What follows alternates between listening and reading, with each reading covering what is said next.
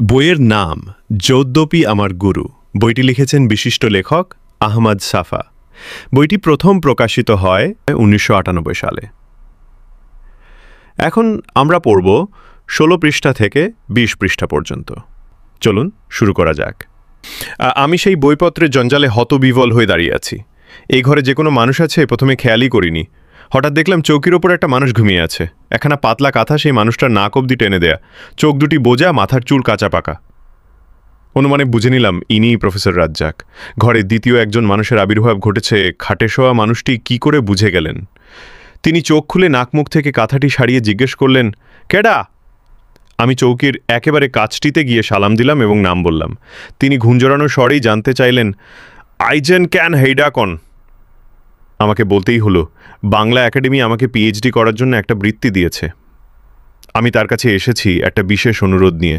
তিনি যেন দয়া করে আমার গবেষণার পরামর্শক হতে সম্মত হন। আমার আর্জিটা যথাসম্ভব বিনয়নম্র জবানে প্রকাশ করলাম, কিন্তু প্রফেসর রাজ্জাকের মধ্যে তার সামান্যতম প্রতিক্রিয়াও লক্ষ্য করা গেল না। তিনি পাশ ফিরে কাঁথাটি নাক মুখ অবধি টেনে দিলেন। আমার এত বিনীত আবেদন এত নীরবে কোনো মানুষ প্রত্যাখ্যান করতে পারে আমি চিন্তাও করতে পারিনি। তখন আমার ২টি কি ৩টি বই প্রকাশিত হয়েছে এবং মনে মনে অনেক শেয়ানা হয়ে উঠেছি। আমার আত্মাভিমানে একটু ঘা লাগলো। নিজেকেই জিজ্ঞেস করলাম, কেমন মানুষ সেই প্রফেসর রাজ্জাক?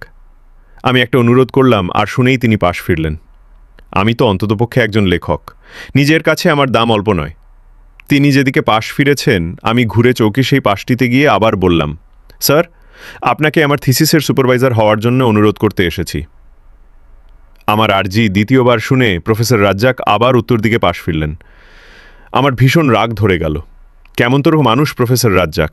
তার কাছে একটা আবেদন করলাম, তিনি ভালোমন্দ কোনো জবাব না দিয়ে নীরব প্রত্যাখ্যানের মাধ্যমে আমাকে বিদায় করতে চান। হতবাক হয়ে আমি কিছুক্ষণ দাঁড়িয়ে রইলাম।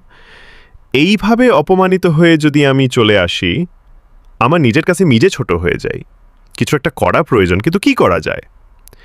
প্রফেসরের বইয়ের গুদামে যদি আগুন লাগিয়ে দেয়া যেত, মনের ঝাল কিছুটা মিটত, কিন্তু সেটি তো আর সম্ভব নয়। আমি দুহাত দিয়ে তার শরীর থেকে কাঁথাটি টেনে নিয়ে দলা পাকাতে পাকাতে বললাম, আমার মতো একজন আগ্রহী যুবককে আপনি একটি কথাও না বলে তাড়িয়ে দিতে পারেন? এত বিদ্যা নিয়ে কি করবেন? বিদ্যুৎ স্পৃষ্টের মতো তিনি চৌকির ওপর উঠে বসলেন। পরনের সাদা আধময়লা লুঙ্গিটা টেনে গিঠু দিলেন। তারপর চশমাটা টেবিল থেকে তুলে নিয়ে কাচ মুছে নাকের আগায় চড়ালেন। খুব সম্ভব বাইফোকাল ক্লাস। আমি তার দৃষ্টিশক্তির তীব্রতা অনুভব করলাম। কোনো মানুষের চোখের দৃষ্টি এত প্রখর হতে পারে আমার কোনো ধারণা ছিল না। তিনি আমার খদ্দরের পাজামা পাঞ্জাবি, পরনের স্পঞ্জ এবং ধুলোভর্তি মলিন চরণ সব কিছুর ওপর